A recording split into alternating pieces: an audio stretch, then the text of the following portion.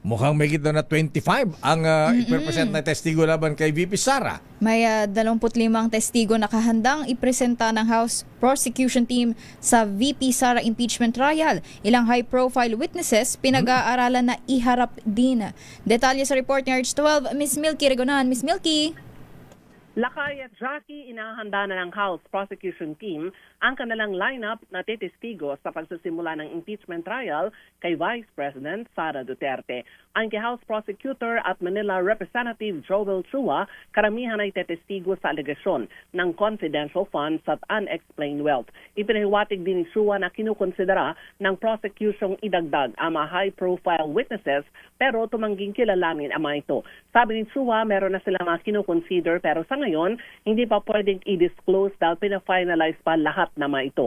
Ngayong araw ay isusumite ng House Prosecution Panel ang pre-trial brief at paghahandaan na nila ang pre-trial conference sa June 18. Base sa schedule, sisimula ng Senate Impeachment Court ang formal na pagdinig sa July 6 matapos makumpleto ang pre-trial proceedings.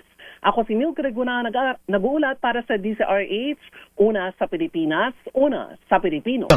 Daming